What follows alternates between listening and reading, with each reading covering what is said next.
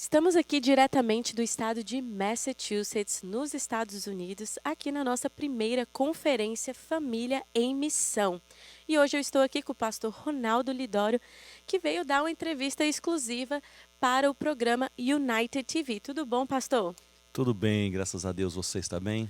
Tudo bem. Muito obrigada por esse tempo do senhor aqui durante essa conferência.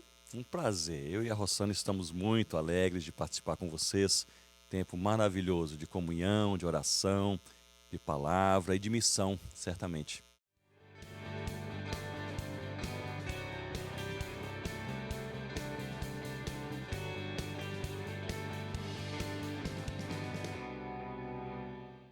Sim, é um tópico que nós estamos trabalhando muito durante a conferência, é o tópico missão. E o tema da conferência este ano é Missão, Minha Responsabilidade.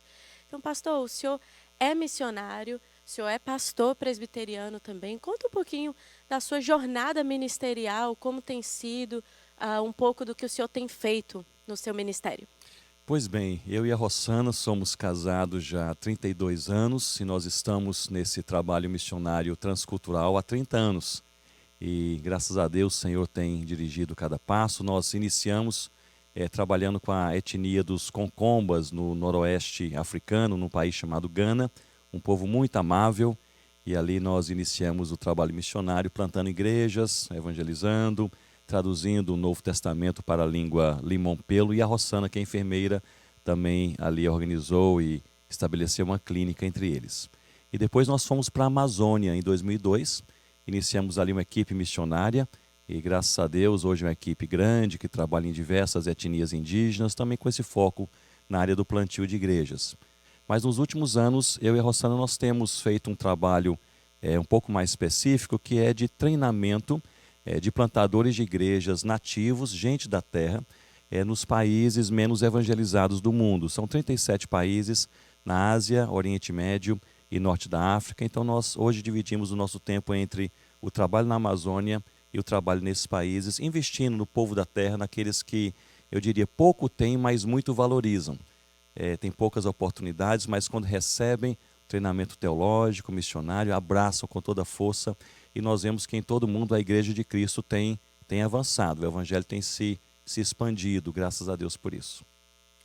Muito interessante que o senhor sempre menciona a sua esposa nas suas palestras, pregações, e esse é um chamado para a família, né? Porque o senhor é pastor, é professor, é escritor, mas é bem o tema da conferência, família em missão. Quando o homem ele é chamado, a esposa também tem esse chamado, os dois estão abaixo ali da mesma missão.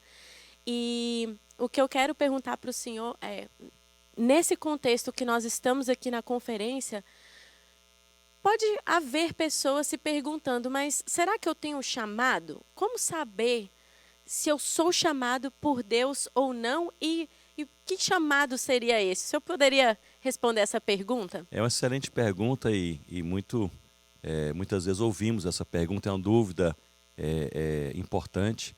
Eu diria que há duas partes da mesma verdade que precisamos levar em consideração. A primeira parte é que todos os salvos em Cristo são chamados por Deus. Portanto, se você é salvo no Senhor Jesus, você não precisa de um diploma de teologia, uma experiência prolongada de vida cristã ou uma função específica em sua igreja para você ser usado pelo Senhor. Se você é salvo em Cristo, você é chamado por Deus. Se nós conciliarmos as cartas do apóstolo Paulo, nós vamos perceber que todo salvo em Cristo é chamado por Deus para pelo menos 7 práticas cristãs. A palavra, que é a leitura e meditação na palavra de Deus, então a palavra, a oração, a adoração, a comunhão, a santidade, as boas obras e a missão. Então todo salvo em Cristo é chamado por Deus. Se você que é salvo no Senhor Jesus está se perguntando qual é o seu lugar, qual é o propósito de Deus, Deus quer que você seja sal que salga, luz que brilha e árvore que frutifica, onde Deus o colocar. Há uma outra parte dessa verdade também importante, que no meio de todos, Deus também chama alguns para ministérios específicos. Nem todos na sua igreja local são pastores, não é verdade? Nem todos no seu convívio são missionários transculturais. Em Efésios 4:11, nós lemos que o Senhor Jesus, ele chamou alguns para serem apóstolos, profetas, evangelistas e pastores mestres, para que duas coisas possam acontecer. Para que a igreja local seja edificada, por isso precisamos dos pastores, dos presbíteros, dos mestres, e para que todos os povos da terra conheçam o nome do Senhor Jesus, por isso precisamos também dos missionários. Então, se você é salvo em Cristo, você é chamado por Deus, e no meio de todos, ele também chama alguns para ministérios específicos. Muito bom.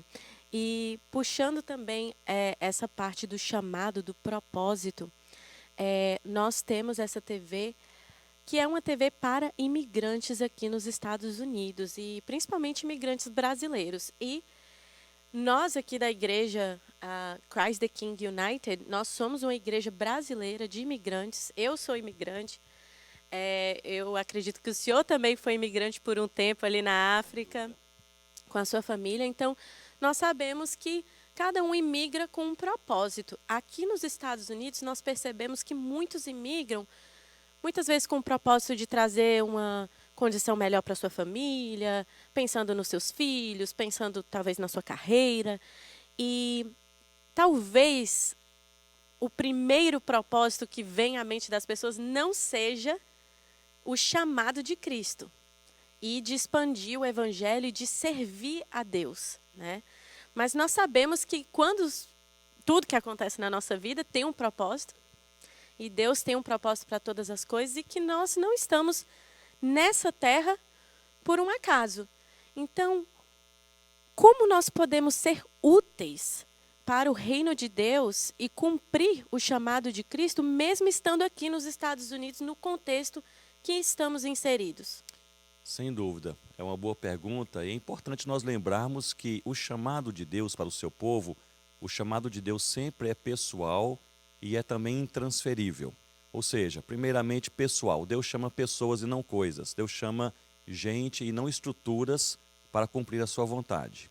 Esse chamado que é pessoal também é intransferível, porque você e eu, mesmo se nós quiséssemos, nós não conseguiríamos transferir aquilo que Deus colocou em nossas mãos para ser feito. Cada um de nós, em Cristo Jesus, recebe de Deus uma porção, parte dessa missão. Por onde você passa, eu não vou passar. As pessoas que eu conheço, você não conhece. As pessoas que te ouvem e com as quais você vai se encontrar na semana que vem no seu trabalho, no seu escritório, na faculdade, na sua vizinhança, as pessoas não vão me encontrar. As pessoas que eu vou encontrar na Amazônia indígena, você não vai encontrar. Cada um de nós recebe de Deus oportunidades, recebe dons e habilidades, e Deus quer que nós possamos entregar e usar tudo para servir ao Senhor Jesus. Na verdade, esse é o nosso grande desafio, é nós vivermos para servir a Cristo. E o grande, eu diria, o grande perigo é nós passarmos a nossa vida, ou parte da nossa vida, correndo atrás do vento, tratando coisas secundárias como se fossem as principais, as mais importantes da nossa vida. Por isso que você e eu, nós somos diariamente chamados pelo Senhor para nós podermos refletir sobre aquilo que é prioridade de Deus para as nossas vidas. E a prioridade de Deus não são coisas, a prioridade de Deus são pessoas, pessoas que venham a conhecer e servir e amar e seguir o Senhor Jesus.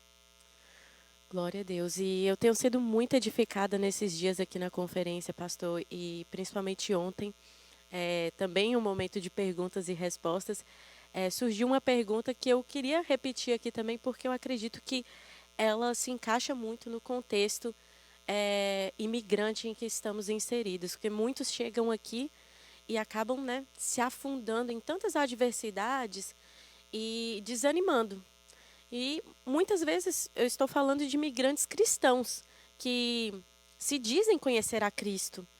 E a pergunta que eu tenho para o senhor é, na missão que Deus te confiou, o senhor já pensou em desistir? Muito bem, como eu mencionei, a Rossana e eu, nós somos missionários já há bastante tempo, já quase 3 décadas, então tivemos diversos momentos de provação e eu creio que o momento em que nós chegamos a considerar em desistir, especialmente daquele trabalho específico, foi durante o tempo em que nós trabalhamos na África, entre os concombas, um povo muito amável, muito hospitaleiro, como é o povo africano. E ali nós chegamos e começamos a trabalhar, algumas portas se abriram, era uma aldeia bem isolada no nordeste de Gana, e algumas pessoas vieram ao Senhor Jesus, e nós tínhamos aquele sonho de plantar igrejas. Era uma região não alcançada, fomos os primeiros missionários a chegar naquela região, e nós tínhamos o sonho de ver várias igrejas sendo plantadas e multiplicadas, mas eu era acometido por malárias sempre, sempre. Ao longo dos 9 anos que nós passamos lá, eu tive malárias 28 vezes.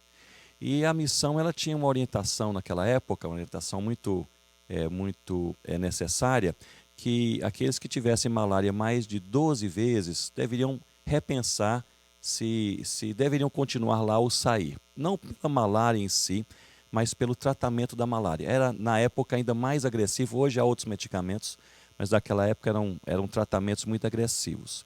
E aí, quando eu tive a 13ª malária, eu me lembro que Rossana e eu, nós tiramos um tempo para pensar, será que é momento de voltar? O trabalho está incompleto, não há outros missionários, mas a saúde está aí se deteriorando com as malárias. E aí nós oramos ao Senhor e ali naquele momento nós pensamos se deveríamos desistir daquele trabalho específico.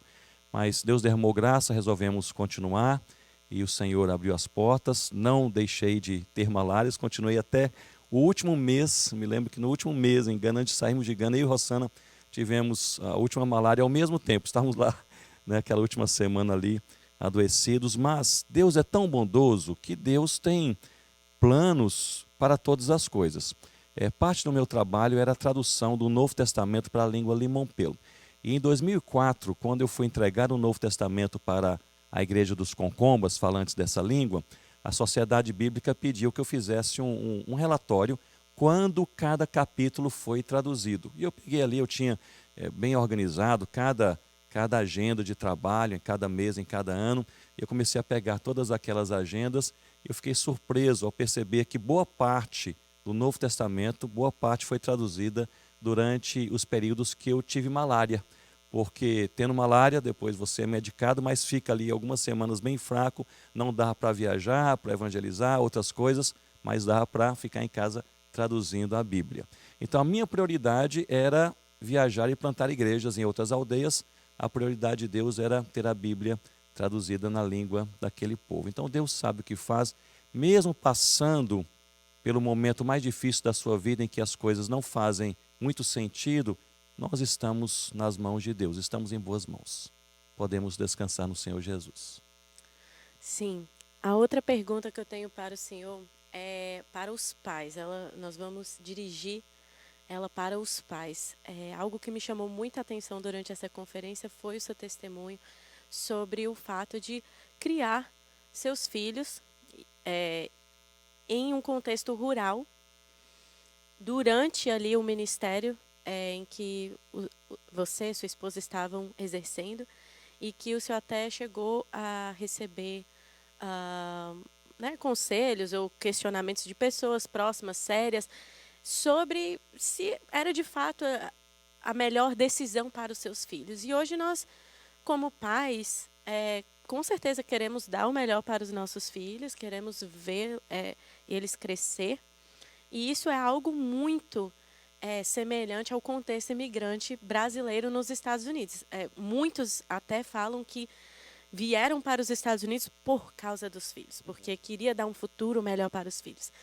Então, você vê que essa é uma prioridade. Os filhos sempre vêm ali, às vezes, em primeiro lugar. E alguns questionamentos que o senhor teve foi, nossa, mas será que eles vão ter um choque cultural quando retornar para a cidade urbana? Ou será que eles serão capazes de ir para uma universidade ou ter uma profissão? E eu queria que o senhor pudesse dar um conselho para os pais, porque hoje o que nós vemos é, muitas vezes, o oposto. Não é colocar a missão de Deus em prioridade, em primeiro lugar, mas sim outras coisas, e nessas outras coisas, às vezes, inclui exclusivamente os filhos. Esse é um bom ponto, é um tema muito importante. Eu creio que todos os pais, em geral, eles amam e desejam o melhor para seus filhos. Isso é bom, isso é bíblico. Mas muitas vezes nós nos equivocamos quanto àquilo que é o melhor para os nossos filhos. Nós pensamos que o melhor seria um ambiente super confortável, enchê-los de presentes, fazer todas as suas vontades, não deixar que o menino, que a menina pense em qualquer coisa que não possa ter imediatamente. E este é um grande erro. Nós recebemos um conselho de um pastor, o Bob Harvey, um pastor missionário australiano, logo que Rossana e eu nos casamos, antes de irmos para a África, antes de termos filhos, ele nos disse assim, que o melhor que os pais podem fazer pelos filhos é amar o Senhor Jesus. E realmente é isso, à medida que os pais amam o Senhor Jesus e os pais têm contentamento de coração pelo que Deus está fazendo em suas vidas, os filhos observam os pais e eles herdam esse contentamento também. Portanto, claro, não estou falando contra você dar algo confortável, um presente para os seus filhos, não é? Talvez os filhos fiquem bravos aí em me ouvir, né? E aquele presente que eu queria, não é isso. Mas a prioridade é você amar o Senhor Jesus, você caminhar com seu filho e a sua filha de maneira que eles percebam esse amor a Cristo em sua vida. E a regra geral é a seguinte: se os pais estão bem, os filhos estão bem. Muitas vezes os filhos herdam as nossas ansiedades, os nossos medos e o nosso descontentamento também. Eu raramente encontro filhos contentes quando os pais são descontentes de coração. No nosso caso, nós, como missionários, fomos então para essa região, era uma região bem isolada, não tinha na época nem acesso com estradas ou água encanada, ou energia elétrica. A nossa filha Viviane nasceu lá em Gana, e o Ronaldo Júnior nasceu no Brasil, mas foi para lá com 2 meses de idade, lá para a aldeia. Então, eles tiveram a primeira infância ali, não tinha escola também, mas a Rossana, a minha esposa, então, ela fez homeschooling com os meninos, né, não somente lá, mas depois na Amazônia também. E nós recebíamos esses questionamentos, são questionamentos importantes, mas será que é o melhor para os seus filhos? Pensem bem, morar com eles em uma aldeia. E é curioso, algum tempo atrás eu estava no meu escritório lá em Manaus, nós moramos em Manaus, eu estava ouvindo os nossos filhos, já estão hoje crescidos, né? Minha filha é casada com o André, ela tem 27 anos, a Viviane, o Ronaldo Júnior com 25 anos, noivo da Maria, pronto aí para se casar também. E eu estava ouvindo os meninos então ali conversando e relembrando os momentos mais alegres de suas vidas.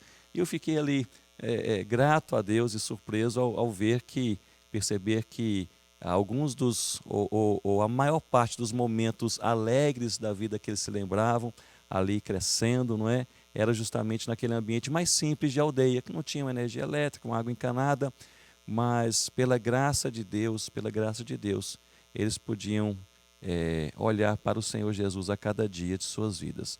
Ensina o teu filho no caminho que ele deve andar. Ame o seu filho e seja o melhor amigo do seu filho. Este é outro ponto também. Os nossos filhos às vezes passam por muitas crises de maneira silenciosa. E hoje a pressão é muito maior do que era na minha época, né, na minha geração. E as pressões estão espalhadas por toda parte. Seja o melhor amigo, a melhor amiga do seu filho, para que ele e ela possa ter liberdade no momento da aflição da alma, uma dúvida que chega, sentir ali acuado com alguma questão importante da vida, possa ter essa liberdade de conversar com você. E a Viviane e Ronaldo Júnior fizeram faculdade, graças a Deus, estão hoje formados e servindo aí o Senhor com o dia a dia de suas vidas. O senhor acredita que a nossa casa também é um campo missionário? Sem dúvida, e a nossa casa é onde nós precisamos atentar mais para investir na nossa família e nossos filhos. Eu tenho falado nessa conferência que nós precisamos, como crentes no Senhor Jesus, nós precisamos conjugar 2 movimentos de maneira simultânea. O primeiro movimento é guardar a nossa fé e o segundo é proclamar a nossa fé. Nós erramos muito se nós somente guardamos a fé, mas não a proclamamos, porque nos tornamos infrutíferos. Mas também nós erramos muito quando proclamamos a nossa fé, mas não a guardamos. Eu conheço pais que gostam de falar de Jesus aos vizinhos, a outros, são até mesmo pessoas envolvidas com a obra missionária, mas estão perdendo seus próprios filhos. Então nós precisamos começar em casa, guardar a fé e proclamar a fé. E assim essas conversas mais informais com o esposo, esposa e filhos sobre as coisas de Deus e as coisas do coração. Algo que me preocupa nesses dias, não cheguei a mencionar esse ponto na conferência, mas é este sofrimento silencioso. Há muitos adolescentes e muitas crianças sofrendo silenciosamente.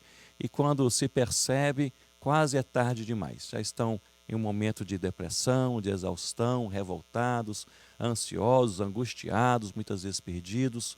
E nós precisamos, portanto, observar de perto, os nossos filhos. Com certeza.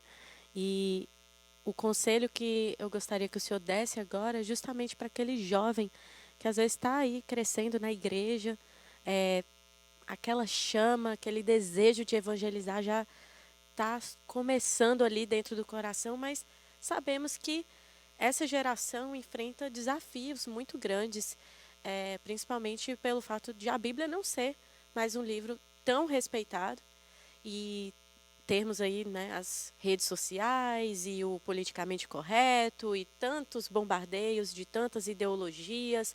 As pessoas estão, os jovens hoje, estão sendo bombardeados na escola, desde muito cedo, depois na faculdade. Qual seria o seu conselho para aquele jovem que quer começar a evangelizar, não sabe por onde começar e precisa se preparar e também quer cumprir a missão desde agora? Benção, boa pergunta. A você jovem que tem um desejo em seu coração, um desejo sincero de servir ao Senhor, ser sal da terra, luz do mundo, árvore que frutifica onde Deus o colocar. Em primeiro lugar, seja crente no Senhor Jesus. Crente no Senhor Jesus. Cuide da sua vida espiritual. A evangelização começa não em um relacionamento, não em uma fala elaborada, mas começa em uma vida aos pés do Senhor Jesus. Primeiro, seja crente, porque sendo crente em Cristo, alguém que ama, que segue o Senhor Jesus, que lê a palavra, tem uma vida de oração, que busca a Deus, de alguma maneira isso se torna percebido pelos que estão ao redor. Não é incomum as pessoas procurarem jovens que estão buscando a Deus por terem notado alguma coisa diferente em suas vidas. Então, em primeiro lugar, seja crente. Em segundo lugar, ore ao Senhor, porque é Deus quem responde às orações. Talvez você pense, mas eu não tenho oportunidade, né, para conversar com alguém, não tenho uma abertura aqui ou ali. Ore ao Senhor e você vai se surpreender. Ore para que Deus lhe dê oportunidades e ore também para que Deus abra os seus olhos. Eu fiz essa oração durante alguns anos, ou poucos anos atrás. Eu passei algum tempo orando quase todos os dias, dizendo: Senhor Deus, abra os meus olhos para que eu possa enxergar. Eu estava com aquela impressão que faltava ver alguma coisa, e de fato faltava. Oportunidades dadas por Deus que nós, no agito da vida, às vezes preocupados com outras coisas, não conseguimos perceber. Então, seja crente, cuide da sua vida espiritual com o Senhor Jesus. Em segundo lugar, ore, peça a Deus oportunidades e você você terá oportunidades, você verá, pessoas irão lhe procurar para conhecer do Senhor Jesus. Em terceiro lugar, testemunhe a sua vida, o seu testemunho cristão, ele fala alto. Seja íntegro, seja educado, seja amoroso, seja acolhedor, seja aquele que olha para as pessoas que estão em sofrimento, se aproxime dos mais vulneráveis. Esse testemunho cristão, ele fala alto. E em quarto lugar, use as palavras. Algumas pessoas que dizem, você deve demonstrar com a sua vida o evangelho, se necessário for, use palavras. Eu não creio assim. Eu creio que nós precisamos usar as palavras também. A vida testemunha, mas as palavras, elas verbalizam quem é Jesus e o que ele fez por nós. E muitas vezes você talvez pense, mas eu não tenho as palavras tão elaboradas, né, como o meu pastor que prega na minha igreja. Memorize 2, 3 versículos bíblicos que falam sobre quem é Deus, quem nós somos e quanto nós precisamos de Deus. E você pode colocar essa palavra de Deus no meio das suas palavras e você verá que cada semente lançada, se Deus se agradar, ela pode germinar. Conselho precioso este. E estou aqui me lembrando de frases que o senhor falou durante a conferência, como, por exemplo, que à medida que nós cremos, nós descansamos. Na medida que cremos em Jesus, nós descansamos nele.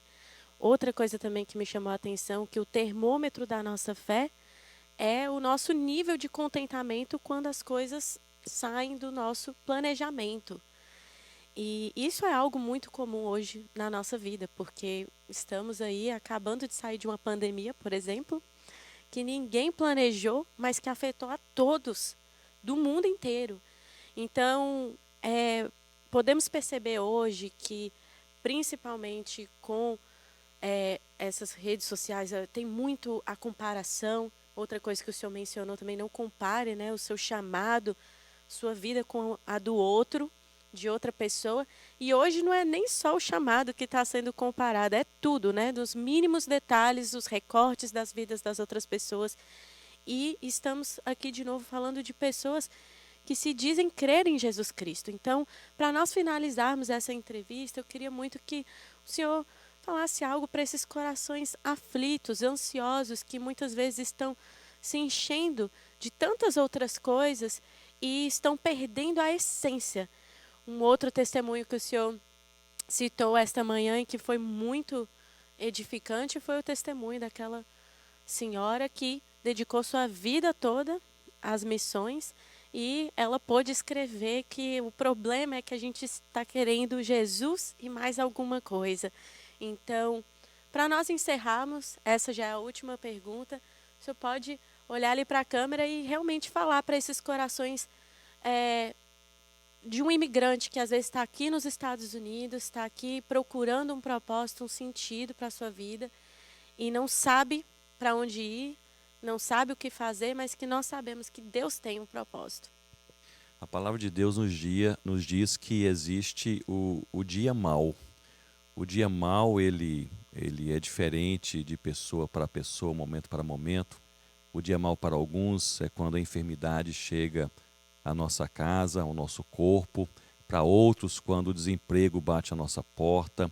Para outros ainda, quando o coração é tomado pela ansiedade, pelo medo, pela angústia. A saudade bate fundo na alma. Quando nós acordamos à noite, pensamos: o que é que eu estou fazendo aqui? O dia mau chega na vida da maioria.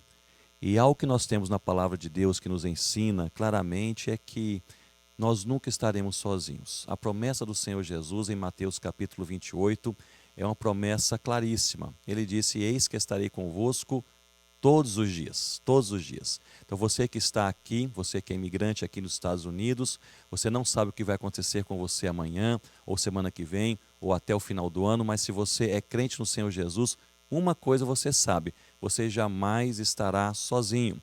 E a presença de Cristo em nossas vidas é suficiente para nos dar paz. E é isso que eu gostaria de deixar com você neste momento, a presença de Cristo. Muitas vezes queremos adquirir a paz por meio de relacionamentos influentes, ou uma segurança econômica, ou social, ou política, ou qualquer outra coisa, mas a segurança que nos dá paz é a presença de Cristo, o Senhor do universo, todo-poderoso, Criador de todas as coisas, o nosso único Redentor. Ele está com você todos os dias. Jamais você estará sozinho. Isso é suficiente para que tenhamos paz. E há uma ligação na palavra de Deus entre fé e descanso, que você mencionou. Porque à medida que nós cremos que Jesus é Deus, é o nosso Senhor e Salvador, e à medida que cremos que Ele de fato está conosco todos os dias, nós encontramos paz. Portanto, lembre o seu próprio coração de quem é Jesus e você pode descansar no Senhor Jesus. Muito obrigado, pastor Ronaldo Lidório. Obrigado a você. Um momento muito gostoso aqui juntos, aprendendo mais da palavra de Deus, aprendendo mais sobre quem é Jesus e que podemos confiar nele. E espero que tenhamos outras oportunidades no futuro. Muito obrigada a você que assistiu este programa até aqui. Nos vemos nos próximos. Até mais.